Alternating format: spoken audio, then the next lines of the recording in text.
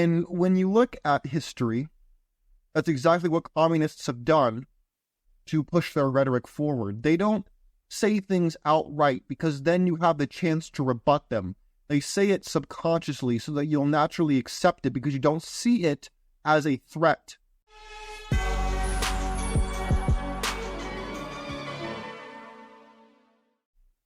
My friends, welcome to the Sheep Get Sheared podcast. I'm your host, Austin Creed. And my friends, today we're going to talk about whether the West has been destroyed from within. Now, I know I'm not the first person to discuss this, nor will I likely be the last person to talk about this. But the reason I say this is not to alarm you. It's not to sell you something. It's not to do anything but to ask a question. Because questions are dangerous to the social order. When you follow the bouncing ball, when you follow the thread through the weaves that are woven for it, you quickly find that nothing is really by accident, because there is a cause and effect relationship to everything that we see, everything that we hear, everything that we touch. And a lot of times the things that are touched by the politicians, by the people who fund their campaigns, a lot of it is nothing accidental, and in fact a lot of it is directed. Now, I would like to go into very descriptive detail with names and pictures and all this, but I would probably A, get sued, and B, probably get thrown off the platform, so I'm not going to do that. Instead, we're going to go from a more philosophical approach, and hopefully you will be able to read the white between the black of the letters if you can catch my drift. So, where should we start? Well, I think it's important to start as far back as possible. So what we're going to do is we're going to start at this point. We're going to start with the Roman Empire. I remember actually recently there was this trend of how many times do men think about the Roman Empire in the average day. I found it kind of entertaining, actually. But more than anything, the reason I like Rome is because America in a lot of ways is like Rome. I know some of you will say that, oh no, America's not an empire. Okay, well then what would you call it exactly? What would you call it? A republic? You must be joking. A democracy? Are you kidding? It's more of a hypocrisy than democracy. But anyways, let's go to what Marcus Cicero said. You might have heard of him before, maybe you haven't. Well, let's read what he says. He says the following: a nation can survive its fools, and even the ambitious, but it cannot survive treason from within. An enemy at the gates is less formidable, for he is known and carries his banner openly. But the traitor moves amongst within the gate freely, his sly whispers rustling through all the alleys and heard in the very halls of government itself. Attention Bernie Sanders supporters, attention Joe Biden voters, attention people who vote for AOC, that worthless horse-faced woman. You need to understand something. These people don't care about you. Sure, they talk about socialism. Sure, they talk about, oh, we want workers of the world unite. You know, Bernie Sanders is the kind of guy in my grandfather's generation who didn't have a job, would talk about Karl Marx all day, and have like a tuna fish stain in his lapel on a subway from the Bronx to like Queens. And every time he went to see the family, everybody was like, oh, this guy again. That was the kind of guy he was in my grandfather's generation. Today, he has a massive social media following, and they're asking him to run for office and save the world. That's the kind of world that you're living in today.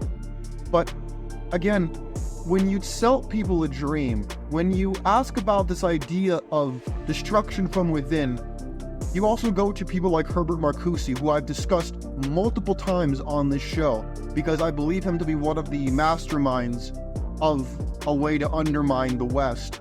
And the reason why I say that is because there are examples like the Baader-Meinhof gang in Germany after World War II who were more violent revolutionaries, whereas Marcuse and his acolytes of the Frankfurt School believed in this idea of subversion from within.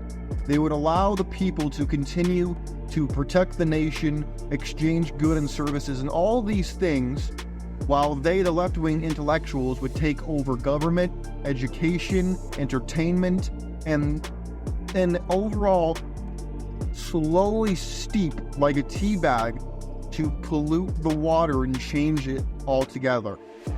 And that is what we've seen really starting, in my opinion, with Bill Clinton and moving all the way up until now. Now, there were guys like Trump who tried to stop this shift, in my opinion, but look at what's happening to him now. Look at how he's dragged through the mud. Look at how they are suing the pants off of him, hitting him with everything they could possibly do. But what about the laptop that Biden supposedly had? What about the journal of his niece? What about all these scandals of the Biden crime family, allegedly? I don't hear anybody talking about that. Where are the charges on that? Nowhere. What about the Clinton cash? Nowhere. There was a saying that Charles Schumer, a good senator from New York, said, where he said, the intelligence agencies have every which way to Sunday to get you. And that has been no better exemplified in my lifetime than with Donald Trump. When you look at Donald Trump before he gained office, and I'm not some guy who worships Trump. Do I think he does a good job on some of the things? Absolutely. Do I think he's not always the best leader in other ways? Yeah, I do. I'm not one of the guys who licks his boots. I call it as I see it. And by far, he is the lesser of two evils. But my friends, let's not get too far afield too quickly. I have more for you on the show today. Let's go over to a new guy by the name of Cato the Elder. You ever heard of him before? Probably haven't. He was a Roman statesman, just like Cicero. And let's look at what he had to say, shall we? This guy was very base with his commentary, by the way, and this guy lived thousands of years ago. Here's what he says. If you are ruled by mind, you are a king, but if by your body, a slave. How many of us in our lives have been ruled by our baser instincts? I like to build this dichotomy, and you're going to have to bear with me for a second. This is not meant to be racial or anything in any way. This is an analogy. There is the man, or like the spirit, and then there is the monkey. Because humans are hairless monkeys, basically. Some of us have a lot of hair, but we're basically chimpanzees in a lot of ways. That just have higher thinking capabilities.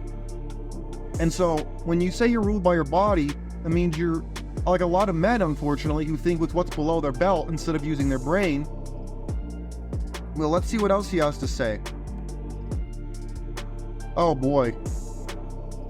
I'm hesitant to even read this on the air because I might get completely canceled for this or throw it off of YouTube, but I'll read it. Here's what he says about women. He says they are violent and uncontrollable animals. And it is useless to let go the reins and then expect her not to kick over the traces. You might keep her on a tight rein, because you must keep her on a tight rein, Women want total freedom, or rather to call things by their names. Total license. If you allow them to achieve complete equality with men, do you think they will be easier to live with? Not at all, he argues. He says, once they have achieved equality with men, they will become your masters. How many of us have seen that in our life? How many of us have seen, for those of you who buy into the big lie that women have no power, you are a fool. Hello? Let's do some basic economics here, okay? Let's do economics for dummies 101, okay? Economics with your boy Austin Creed for 2 seconds, okay? You ever heard of supply and demand? I'm sure you have. So in supply and demand, there is supposed to be an equal supply and demand, right? And when it's not equal, you have what's called a monopoly.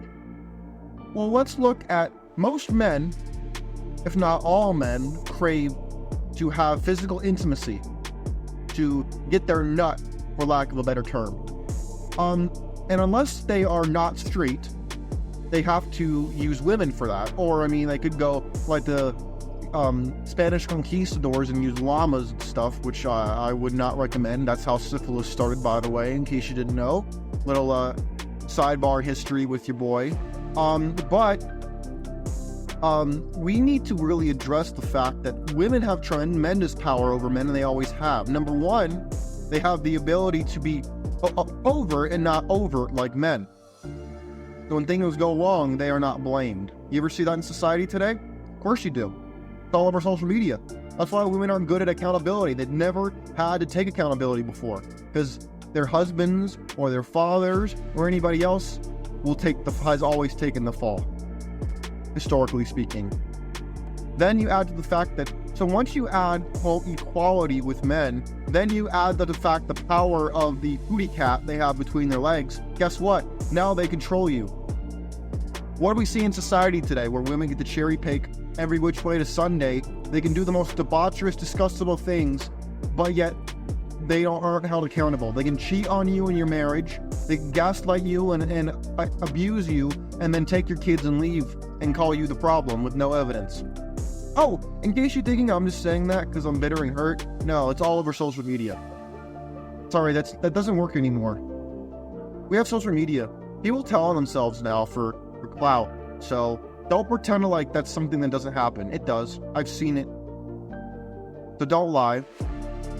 Both anecdotal and statistical evidence are on my side, so please spare me. Next thing we're going to talk about, why I believe the West is on the way out and is being undermined from within. Let's fast forward to the 19th century with Karl Marx. Karl Marx, Engels, Lenin, Stalin, Trotsky, these guys had different philosophies when it came to how to change the world in a way that they thought was best, but in fact, they left out the most uncomfortable parts. So when you ever hear terms in society that maybe a lot of people will parrot but don't actually comprehend? You know, like equality, the DEI stuff, the Rainbow Rider community, the people who love the rainbow flag. You know what I'm talking about. Those people, and then the circus we're dealing with in society today. A lot of that is not happening in a vacuum. It's Aesopian language. I've talked about this before, but I'll say it again. You ever read the old Aesop fables from when you were a kid? You know, like the fox and the crow, the lion and the mouse, the Anansi the spider, stuff like that, right? Well, a lot of those don't have explicit meanings in them. You know, they don't say, too long didn't read, here's the moral of the story. No, it has to be inferred. You have to infer it. And when you look at history, that's exactly what communists have done to push their rhetoric forward. They don't say things outright because then you have the chance to rebut them. They say it subconsciously so that you'll naturally accept it because you don't see it as a threat. For example, if I use the word hatred, you're immediately going to have a reaction. If I use the word love, you're more likely to naturally accept it because you view it as good. It feels good, so therefore it must be good. You see that? Well, that's what Aesopian language is. These terms you hear in society that are buzzwords, they are used because they sound non-threatening, when in reality they threaten your very existence and your way of life. They make it seem like if you don't support it, how could you? You must be crazy, which actually happened in the Soviet Union, where if you disagreed with the state, they said you must be insane because the state is so great, and the people who write for us, the people who talk for us, they're so brilliant that to not understand it or agree with it, you must be mentally deficient. Sound familiar? My friends, the reason I say it's been undermined from within is because when women got the right to vote, I'm not blaming them all the way for this, but women overwhelmingly tend to vote more left than men. And because they have outnumbered men since World War II, because so many men were KIA'd during World War II, you realize that this is not an accident. This has all happened slowly but surely. If anybody's seen The Winter Soldier, the Marvel movie, and then Armin Zola goes through this long litany of how Hydra grew within S.H.I.E.L.D., that's exactly what communism has done to capitalism. It's grown in the shadows, slowly but surely seeping like a tea bag into a cup of not hot water but cold water. It's slowly seeping in, changing the flavor of the beverage. Before you know it, the water slowly heats up and it spreads faster and faster and faster Before you know it, what might have been somewhat acceptable tea is now bitter, very bitter tea. My friends, we are being undermined from within, but the worst part of it is a lot of us can't do anything about it. I would love to tell you that if you just did X, Y, or Z, we could fix the problem. The answer, unfortunately, is not that simple. Instead, what we must do is we must arm ourselves with knowledge so that we can use arguments, we can use logic to refute the liars. Instead of using the Spitfires to defeat the Luftwaffe like they did in World War II, we must defeat logic to defeat the liars that we find in our society today. The know-nothing, useful idiots that Lenin wrote about. The useful idiot who speaks about words he knows nothing about, who parrots words he does not comprehend or understand. But because he wants to be accepted, because he wants to sound sophisticated, he will use this vocabulary of words he does not currently understand or has a misunderstanding of that only benefits the people at the top. The people who are making money off of his foolishness. For a rich man makes more money off of a fool than a fool does off of the rich man.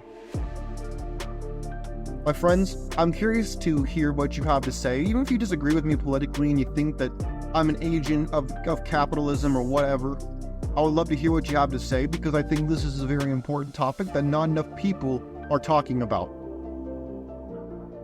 My friends, I encourage you to do your own research. If you don't agree and you think I'm making this up, you can feel free to go and look up these citations for yourself. You can feel free to do your own research. In fact, I encourage you to do so. Think for yourself. Don't just listen to anybody and take their word for it, including me. My friends, if you like what you heard and you want to hear more, I encourage you to follow the show, or you can go over to my Twitter page at SheepGetSheared, and you'll get a lot more behind-the-scenes type of raw takes that I maybe couldn't do on YouTube. But my friends, take care of yourselves in the meantime. Arm yourself with knowledge, and let's fight the good fight together. And let's arm ourselves with the truth and base ourselves in reality. I'm out of here. Peace.